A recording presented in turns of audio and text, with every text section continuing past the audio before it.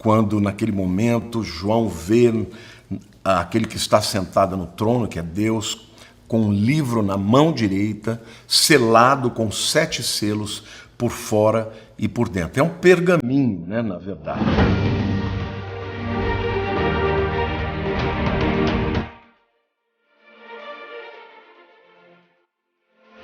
Cada um destes selos, gente, vai autorizar um juízo da parte de Deus. E quem é que está com o livro na mão? É o próprio Cordeiro, né? A cena começa com alguém dizendo quem é digno de abrir o livro, né, e de quebrar os seus selos. E houve um silêncio nos céus, e aí João começa a chorar muito, porque ele percebe que ninguém era digno. Afinal, aquele livro é o livro que contém os destinos da humanidade. E fica evidente ali que Cristo está assumindo o controle sobre a história, né? E ele agora vai exercer o seu ministério de juiz, né? E de rei. Ele começa ali a estabelecer juízos.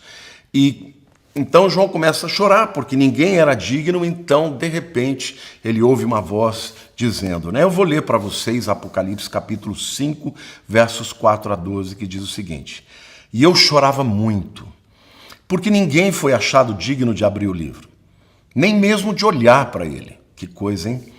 Todavia, um dos anciãos me disse, não chores, eis que o leão da tribo de Judá, a raiz de Davi, venceu para abrir o livro e os seus 7 selos. Então fica evidente aqui que alguém para abrir aquele livro tinha que ter dignidade e que tinha que ter um motivo para poder abri-lo, né, e revelar os seus juízos e o destino da humanidade. Então vi no meio do trono e dos 4 seres viventes e entre os anciãos de pé um cordeiro como tendo sido morto. Ele tinha 7 chifres, bem como 7 olhos, que são os 7 Espíritos de Deus enviados por toda a terra. Isso aqui é muito interessante. Por quê? Porque ainda que ele seja anunciado como o leão da tribo de Judá, e a figura do leão é do rei, né? E portanto aqui Jesus já está se levantando para ser o rei sobre a terra, né? No entanto, quando ele aparece, ele vê um cordeiro como tendo sido morto. Ou seja, ainda que Jesus seja o leão, o rei, ele sempre será o cordeiro que morreu para salvar os nossos, para nos livrar dos nossos pecados e para salvar a humanidade, né? Então, quando ele aparece, João o vê, né, como um cordeiro, como tendo sido morto. Provavelmente há sinais ali da morte dele, com as marcas dos cravos nas mãos, nos pés, né? O texto diz que ele tinha 7 chifres, e chifre nas escrituras representam a autoridade, e 7 representa a totalidade. Então, fala de toda a autoridade sobre a vida de Jesus. Aliás, ele mesmo disse, né, antes de subir aos céus, ele falou aos discípulos, toda a autoridade me foi dada nos céus e na terra. Por isso, ide por todo mundo e pregai o evangelho em todas as nações, né? Então, ele também tem 7 olhos, revelando, portanto, a sua onisciência, tá bom? Tem muita gente que diz que Jesus, até hoje, ninguém sabe o dia da volta de Jesus, a não ser Deus, que nem Jesus sabe. Não, gente, isso é um erro. Ele não sabia enquanto na forma humana, porque ele se esvaziou, né, dos atributos divinos, tais quais onipresença, onisciência e onipotência. Tudo que Jesus fez na terra foi pelo poder do Espírito Santo. Mas nesse momento ele sabe de tudo, né? Por isso tem 7 olhos, que são 7 Espíritos de Deus enviados por toda a terra. Ou seja, ele perscruta, ele conhece tudo o que está acontecendo, os pensamentos, intenções, daí por diante. Aí todos se prostram diante dele, né, quando ele toma o livro, e os 24 anciãos também se prostram diante do Cordeiro, tendo cada um deles uma taça, uma harpa e taças de ouro cheias de incenso, que são as orações dos santos. E entoavam um novo cântico, dizendo, digno és de tomar o livro e de abrir-lhe os selos, porque foste morto e com o teu sangue compraste para Deus os que procedem de toda tribo, língua, povo e nação, e para o nosso Deus os constituíste reino e sacerdotes, e reinarão sobre a terra. Que coisa linda, gente. A igreja que está na presença de Deus está sendo constituída, né, como um reino sacerdotal para governar no milênio que virá juntamente com Cristo, né? Vi e ouvi outra voz de muitos anjos ao redor do trono, dos seres viventes e dos anciãos, cujo número era de milhões. Olha, milhões de milhões é bilhões, e milhares de milhares, né? Proclamando em grande voz: digno é o Cordeiro que foi morto de receber o poder, a riqueza, a sabedoria, a força, a honra, a glória e o louvor. Então, meus queridos, antes da abertura dos selos, fica evidente nos capítulos 4 e 5, principalmente no 5, que Jesus é aquele que detém o livro e que vai abrir os selos para estabelecer os juízos que vêm sobre a terra. Então vamos agora entrar nos selos propriamente ditos. O primeiro selo libera o cavalo branco. Está lá em Apocalipse 6, versos 1 e 2. E havendo o cordeiro aberto um dos selos, olhei e ouvi um dos 4 animais que dizia, como em voz de trovão: vem e vê. E olhei, eis um cavalo branco, e o que estava sentado sobre ele tinha um arco, e foi-lhe dada uma coroa, e saiu vitorioso e para vencer. Bom, o primeiro cavalo não é Cristo, é importante você entender. Cristo está com o livro na mão, ele está quebrando os selos e ele está ordenando que esses cavalos se manifestem. Mas ele não é o cavaleiro branco, tá? Os primeiros 4 selos, na verdade, liberam a vinda dos 4 cavaleiros do Apocalipse, tá? Agora, é interessantíssimo, porque Jesus quem está, né, liberando a ordem de entrada destes cavaleiros que vêm trazer juízo sobre a terra. E estes cavaleiros, eles têm um paralelo perfeito também no discurso profético de Mateus 24. Por quê? Porque o primeiro cavaleiro, cavalo branco, ele é o anticristo. E Jesus falou sobre falsos cristos, né? O anticristo é o maior de todos eles, mas viriam muitos. O segundo cavalo, o cavalo vermelho, fala de guerras, e Jesus também profetizou guerras. O terceiro cavalo, que é o cavalo preto, fala de fome, né? E também Jesus profetizou a respeito de fome. E por último lugar, o cavalo verde e não amarelo, porque a palavra ali no grego é chloros, né? De clorofila, a palavra para verde. Ah, pastor, mas então por que os tradutores da Bíblia colocaram cavalo amarelo? Simples, porque não existe cavalo verde na natureza, tá? Tem cavalo preto, tem cavalo branco, tem até vermelho, né? Você tem. Mas você não tem cavalo verde. Então eles adequaram, mas a palavra é verde. E quando chegar lá, eu vou explicar para vocês o porquê de ser verde. Mas é importante que você saiba que o cavalo branco não é Jesus, tá? Ele sai com um arco e vem para vencer. Ele vem com um discurso de paz, mas, na verdade, por trás dele está um engano e está a morte e a destruição.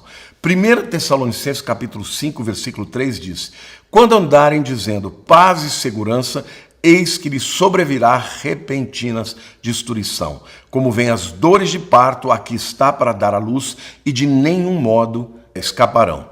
Ou seja, o anticristo terá um discurso muito lindo, muito bonito, super relevante para o momento que a história vai estar vivendo, né? E ele proporá paz, mas na verdade não haverá paz. Quando todo mundo estiver dizendo, olha que maravilha, o governo do anticristo, o mundo está em paz, aí vem a destruição, gente. Ele vem no espírito e no poder do engano. João capítulo 5, versículo 43, Jesus diz assim: eu vim em nome de meu Pai, e não me recebeis. Se outro vier em seu próprio nome, certamente o recebereis. Jesus está profetizando sobre a vinda do anticristo, porque os judeus não creram nele, mas crerão no falso Messias, que é o anticristo, né? Assim como o mundo, os judeus também o reconhecerão, e os judeus o chamarão de Mashiach, né? Messias. Mas, pastor, como é que a gente pode saber que esse cavaleiro branco aqui não é Jesus, tá? Alguns teólogos afirmam que é. Qual é a evidência de que não seja? Bom, primeiro, as companhias que vêm juntamente com ele, né? No cavalo branco e depois os que vêm depois, o vermelho, o preto e o verde.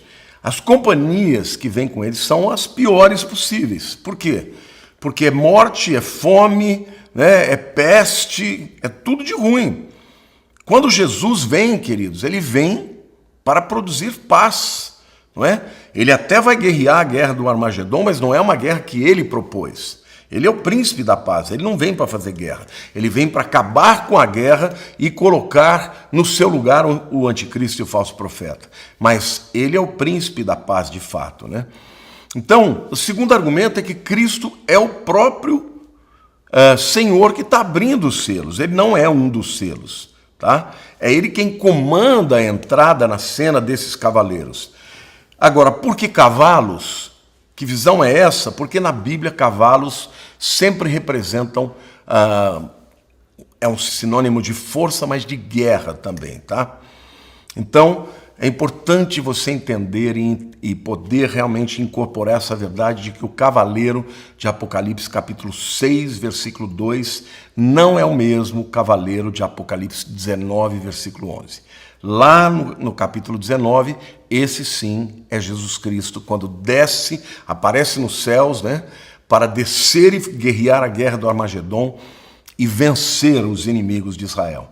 Então, o cavaleiro de Apocalipse 6 é o anticristo. O cavaleiro de Apocalipse 19 é Jesus. Tá? Esses dois cavaleiros, eles não têm nada em comum, né? Além do cavalo branco. Agora, o surgimento do anticristo, esse primeiro cavaleiro, traz guerras, fomes, mortes. Amém? Outra coisa que diferencia os dois é que o anticristo, ele tem uma coroa, e a palavra para coroa ali no grego é Stéfanos. É aquela coroa de louros, né, que os corredores ganhavam, né? O de Apocalipse 19, versículo 12, que é de Jesus, né, ele tem muitos diademas. É uma outra palavra, é diadema e não Stéfanos, né? E a arma também, né? O anticristo tem um arco sem flecha, porque na verdade o discurso dele será de paz, né? Mas Jesus desce com uma espada afiada, né, que sai da sua boca. Então, completamente diferente esses dois cavaleiros, mas obviamente o primeiro vem, né, travestido de Messias sem o ser, tá? Agora, ele vem para vencer. Isso significa que ele liderará, né, uma confederação de nações e a sua ascensão será meteórica. Gente, o segundo selo é o cavalo vermelho. Os versículos 3 e 4 de Apocalipse 6 diz o seguinte: E havendo aberto o segundo selo, ouvi o segundo animal dizendo: Vem e vê. E saiu outro cavalo vermelho, e ao que estava sentado sobre ele foi dado que tirasse a paz da terra, e que se matassem uns aos outros. E foi-lhe dado uma grande espada. Aqui, gente, é importante você entender que o discurso do anticristo será de paz. E ele vai propor uma paz, mas no meio desta paz vai haver guerra, tá? O cavalo vermelho mostra claramente que haverá revoluções, não é uma guerra só em proporções globais, isso vai acontecer também, mas haverá revoluções, disputas regionais por motivos diversos, que eu vou até falar aqui para vocês, mas virá um tempo de guerra, gente, tá? Então, é muito importante você entender que alguns teólogos vão dizer que este cavalo vermelho também será aquele que liberará a guerra de Gog e Magog. A guerra de Gog e Magog, que está lá em Ezequiel 38, ela é aquela guerra que vem com a confederação de Rússia, Irã, Turquia, Síria e outros países desta confederação de árabes, né, de muçulmanos, e mais os aliados, vamos dizer assim, ideológicos e políticos. Agora, eu tenho um vídeo que até eu quero dar para vocês como tarefa, que é o vídeo de Gog e Magog, é um vídeo que eu fiz há 6 anos atrás, onde tem uma descrição de cada nome que está ali em Ezequiel 38. Então é muito importante você ir assistir, porque ele vai trazer muita elucidação. Mas aqui por hora eu quero dizer para vocês que é possível que a guerra de Gog e Magog aconteça depois do arrebatamento. Outros, em contrapartida, acreditam, gente, que acontecerá antes e que, na verdade, a guerra de Gog e Magog vai precipitar a necessidade de paz no mundo e aí, então, o anticristo se levantará. Mas deixa eu dizer para vocês, qual o motivo de Gog e Magog querer invadir Israel? É simplesmente motivo religioso? Não. Pode ter certeza que por trás disso existem interesses econômicos. E eu queria dizer para vocês que o maior interesse que existe na região é o potássio, gente. E saibam vocês que calcula-se que no Mar Morto há potássio para suprir as necessidades do mundo inteiro por mais 2.000 anos. Olha que coisa extraordinária, hein, gente? Por que esse interesse no potássio? Primeiro, para fertilizante. Vocês sabem que a crise do mundo é uma crise por alimentos. Então, para você conseguir suprir os alimentos para o mundo, você ou diminui a população ou você aumenta a produção de alimentos. E para aumentar a produção de alimentos, você tem que ter fertilizantes, defensores agrícolas. E o potássio ele é muito importante na utilização dos fertilizantes. Tá? Então, nesse tempo de fome, o potássio será valiosíssimo, né? Mas o potássio também é importante para a fabricação de explosivos. Tá? Estima-se que o valor do potássio, da bromina e outros sais químicos encontrados no Mar Morto é de aproximadamente 1.270 bilhões de dólares. Gente, é uma riqueza extraordinária. E guerra custa dinheiro, gente. Custa muito dinheiro. Tá? Então, você ter matéria-prima para fazer as suas armas, além da questão dos fertilizantes, é muito importante. Eu vou dar uns dados aqui para vocês, só para vocês terem uma ideia de quanto custa uma guerra. A Guerra do Golfo, por exemplo, gastava por volta de $500 bilhão por dia. 350 milhões, tá? de reais por minuto. Um míssil Tomahawk, gente, um míssil Tomahawk, o custo dele equivale a 5 anos alimentando uma escola cheia de crianças. 5 anos. Um míssil Tomahawk. 58 mil pessoas foram mortas na guerra do Vietnã. Vou te dar um dado aqui que achei incrível, né? Nos anos 90, 100 milhões de crianças morreram por causa de doenças ou de inanição, né, fome, e essas mortes seriam evitadas ao custo de 10 aviões, caças ou 2 dias de gastos militares. Uau! 100 milhões de crianças que morreram de fome. Para alimentá-las de maneira que elas não morressem, bastava vender 2 aviões caças ou usar o dinheiro de 2 dias dos gastos militares. Bom, 100 milhões de pessoas mortas em guerras desde o ano de 1900. 23 milhões de mortos em guerra de 44 até os anos 90.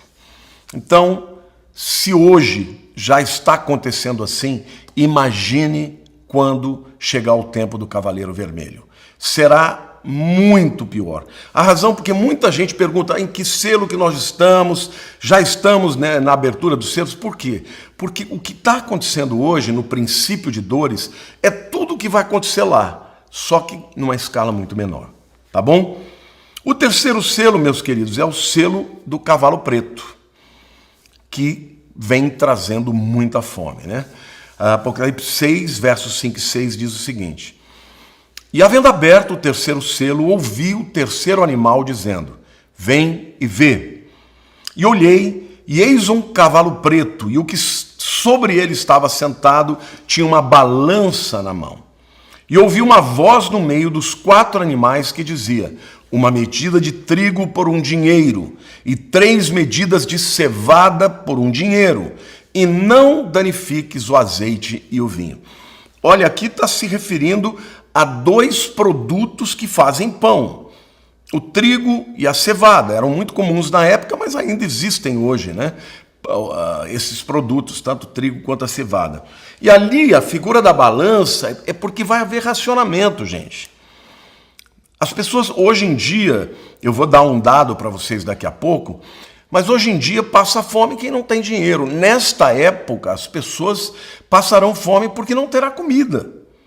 Tanto por conta das guerras que acontecerão, né? Os campos serão destruídos, né? Serão contaminados, muita radiação atômica vai ter. Gente, o mundo vai passar maus bocados, tá bom, gente? Então é muito importante vocês entenderem que estes cavalos, eles vão aparecendo numa sequência natural, né?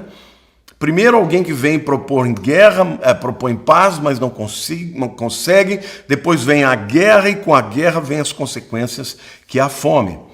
Estima-se, queridos, que hoje 1/3 da população do mundo é bem alimentada. Você consegue comer 3 refeições por dia?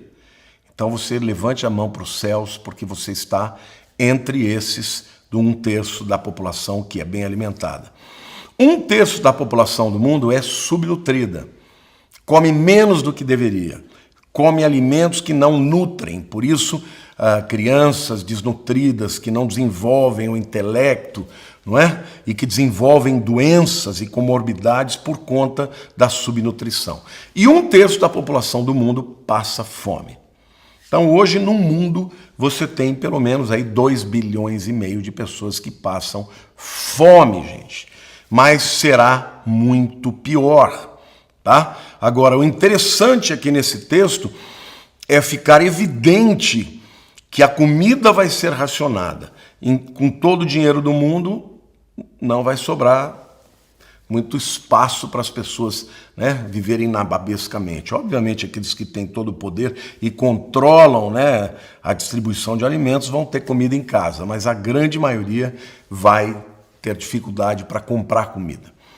O 4º selo, meus queridos, é o selo do cavalo amarelo, tá? E que eu já corrigi para vocês dizendo que o cavalo é verde, tá? Que representa a morte. E aqui, embora os outros selos tragam morte, aqui esse selo, a morte será grandemente intensificada, porque vocês vão ver, ele vai liberar esse cavalo e a morte virá de todos os lados, né? E os versículos 7 e 8 dizem: E havendo aberto o 4º selo, ouvi a voz do 4º animal que dizia: Vem e vê. E olhei, e eis um cavalo amarelo ou verde, né?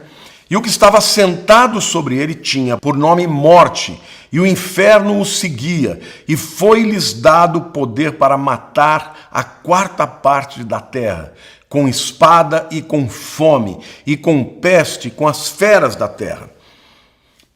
Sabe, gente, alguns estudiosos acreditam que 1/4 da população vai ser morta. Se nós pensarmos aí num número de 8 bilhões de pessoas nesse período, 2 bilhões de pessoas serão mortas, gente. Não é brincadeira, não. E elas serão mortas vindo de todos os lados, né? O texto está dizendo: foi-lhes dado poder para matar a 4ª parte da terra com espada. Então, não é só com espada, né? Espada fala de guerras, com fome, tá bom?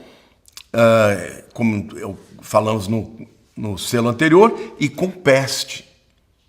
E com as feras da terra. Essas feras da terra, eu sinceramente não tenho um entendimento muito claro se isso são os animais, né? As pessoas vão estar sendo mortas porque os animais entrarão, né, no habitat do ser humano, né? Ou talvez os seres humanos, fugindo das guerras, vão ter que ir para os lugares mais ermos, para as savanas, e aí então serão mortos pelas feras, né? O fato é que vai morrer 1/4 da população da Terra, e não é brincadeira, gente. Nós estamos falando aí de quase 2 bilhões de pessoas.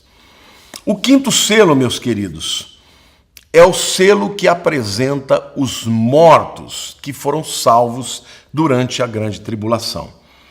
Vamos ler lá os versículos 9 a 11. E havendo aberto o quinto selo, vi debaixo do altar as almas dos que foram mortos por amor da palavra de Deus e por amor do testemunho que deram. E clamavam com grande voz, dizendo: até quando, ó verdadeiro e santo, dominador, não julgas e vingas o nosso sangue dos que habitam sobre a terra? E a cada um foi dado uma comprida veste branca, e foi-lhes dito que repousasse ainda um pouco de tempo, até que se completasse o número de seus conservos e seus irmãos que haviam de ser mortos como eles foram. Então, ali todos os mártires da grande tribulação vão comparecer de Deus, e eles clamam a Deus por justiça, dizendo: até quando? E o Senhor fala: fiquem repousando até que o número daqueles que morrerão seja completo, né? Então, junto com as tragédias, gente, a gente percebe que haverá um ódio mortal contra os que se converterem, tanto judeus quanto cristãos, né? E eles serão mortos, decapitados, e uma das razões, né, pelas quais alguns acreditam que o Islã estará no poder juntamente com o governo do anticristo, é porque a morte daquele tempo será a morte de decapitação. Então, isso tudo que vocês estão vendo até aqui ainda é a primeira metade da tribulação, tá? O que virá na segunda metade vai ser infinitamente pior. Ok? Bom, vamos para o sexto selo. O sexto selo é o selo que fala de terremoto, um grande terremoto. Os versículos 12 e 13 diz o seguinte: havendo aberto o sexto selo, olhei, e eis que houve um grande tremor de terra. Tá? No grego é megasismos. Sismos é terremoto, né? Daí vem a palavra sismologia, né? O estudo dos terremotos. Então, um megasismos. Dá para a gente acreditar que esse terremoto aqui é um terremoto que vai acontecer no mundo inteiro, né? É como se todas as placas tectônicas se movessem nesse tempo, né? E, obviamente, isso vai acabar trazendo consequência. Eu vou ler o texto e depois vou explicar para vocês. E, havendo aberto o sexto selo, olhei, e eis que houve um grande tremor de terra. E o sol tornou-se negro como saco de cilício, e a lua tornou-se como sangue, e as estrelas dos céus caíram sobre a terra, como quando a figueira lança de si os seus figos, abalada por um vento forte. Bom, alguns olham para esse texto aqui e dizem o seguinte: vai haver um grande terremoto, vai haver um eclipse solar, o sol se transforma e fica negro, e um eclipse lunar em seguida, tá? Obviamente, a gente sabe que o eclipse lunar é consequência, vamos imaginar que aqui esteja a lua, né? Aqui está o sol. A lua é iluminada pelo sol, mas quando a Terra entra no meio da lua e do sol, ela bloqueia a luz do sol que vai para a lua. Então, a única luz que chega para esta lua aqui são aqueles raios que passam por fora da circunferência da Terra. Isso faz com que a lua fique avermelhada. Agora, não é possível você ter ao mesmo tempo um eclipse solar e lunar. Ao mesmo tempo não dá. Então, alguns afirmam que o que acontece aqui é diferente. Tá? Essa movimentação de placas tectônicas que acontecerá por conta desse grande terremoto de proporções globais vai fazer com que os vulcões que geralmente ficam nesse chamado cinturão de fogo, né, onde existem a junção das placas tectônicas, existem aberturas, e ali estão os grandes vulcões da Terra. Com esse terremoto muito grande, vai fluir magma, ou seja, explosão, né, vamos dizer, erupções vulcânicas que vão explodir nos ares, assim, bilhões de toneladas de detritos, de magmas, de pedras. E isso explicaria, então, as estrelas do céu caírem sobre a Terra. Mas também pode ser que venha, juntamente com isso, uma chuva de meteoros, tá? Como quando a figueira lança de si os seus figos verdes, abalada por um vento forte.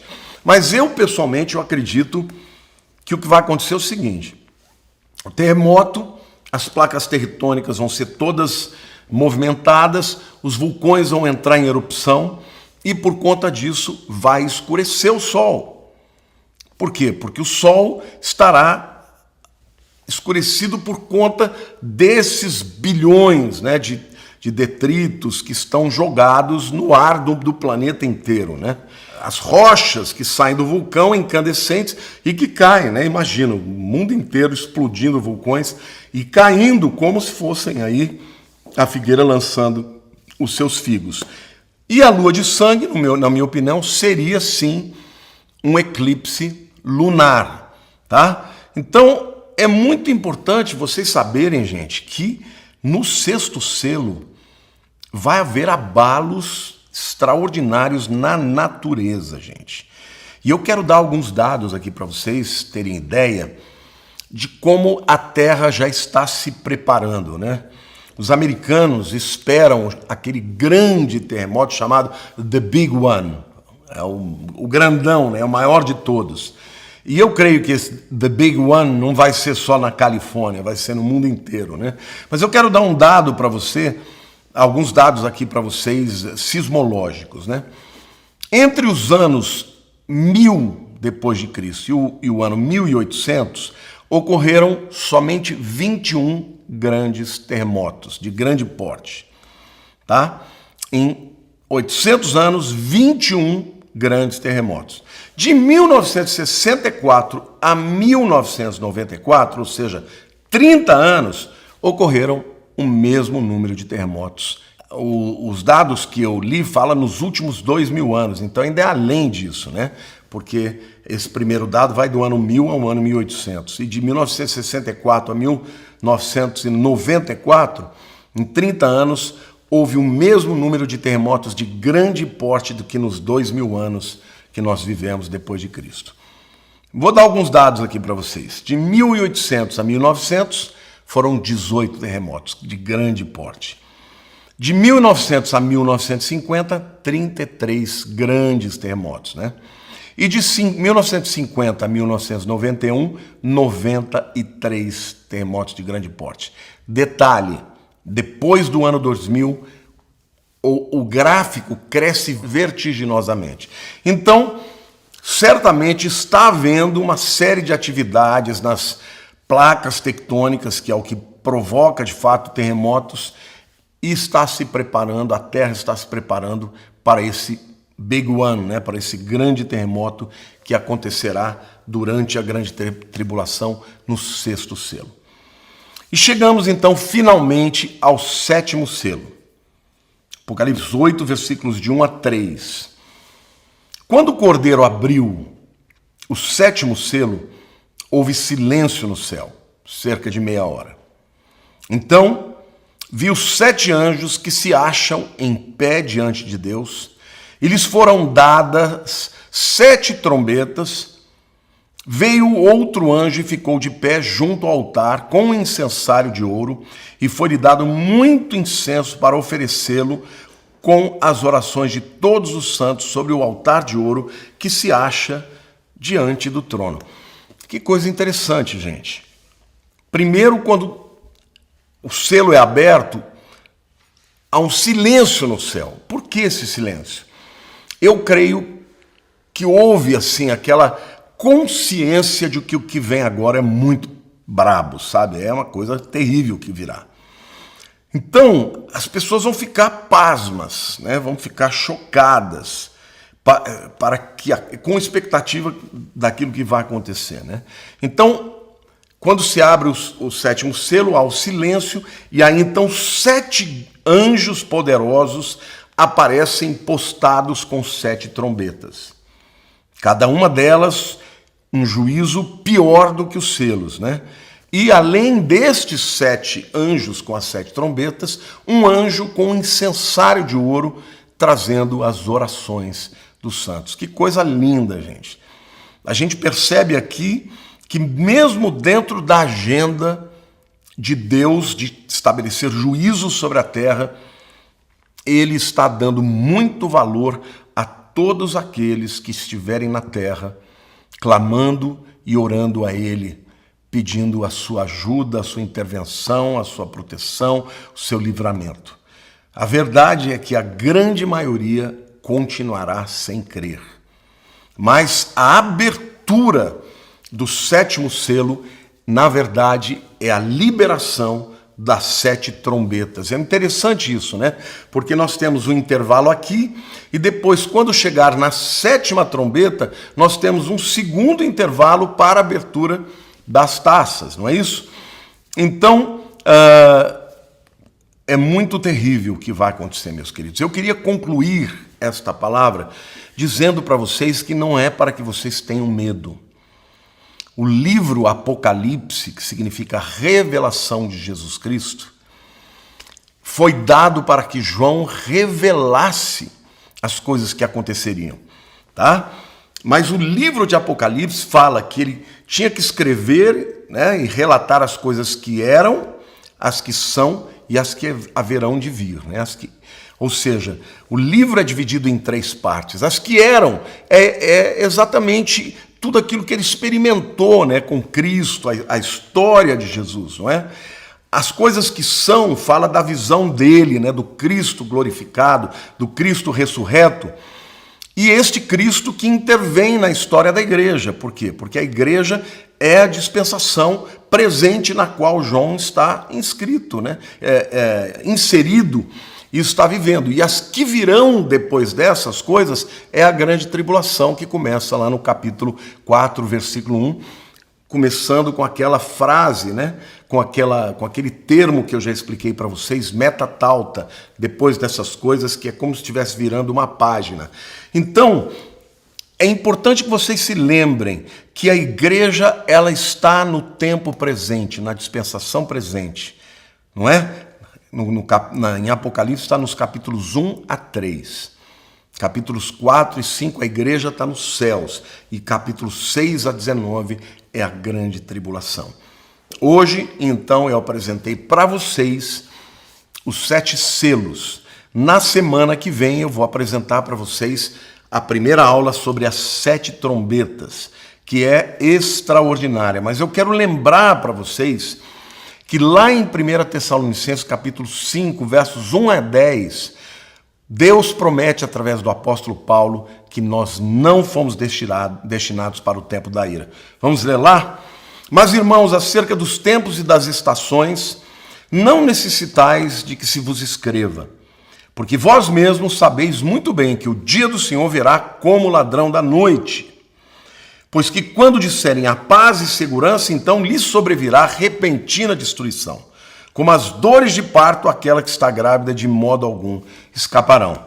Mas vós, irmãos, já não estáis em trevas para que aquele dia vos surpreenda como ladrão. Você não vai ser pego de surpresa, porque todos vós sois filhos da luz e filhos do dia. Nós não somos da noite nem das trevas. Não durmamos, pois, como os demais, mas vigiemos e sejamos sóbrios, porque os que dormem, dormem de noite, e os que se embebedam, embebedam-se de noite. Mas nós que somos do dia, sejamos sóbrios, vestindo-nos da couraça da fé e da caridade, tendo por capacete a esperança da salvação.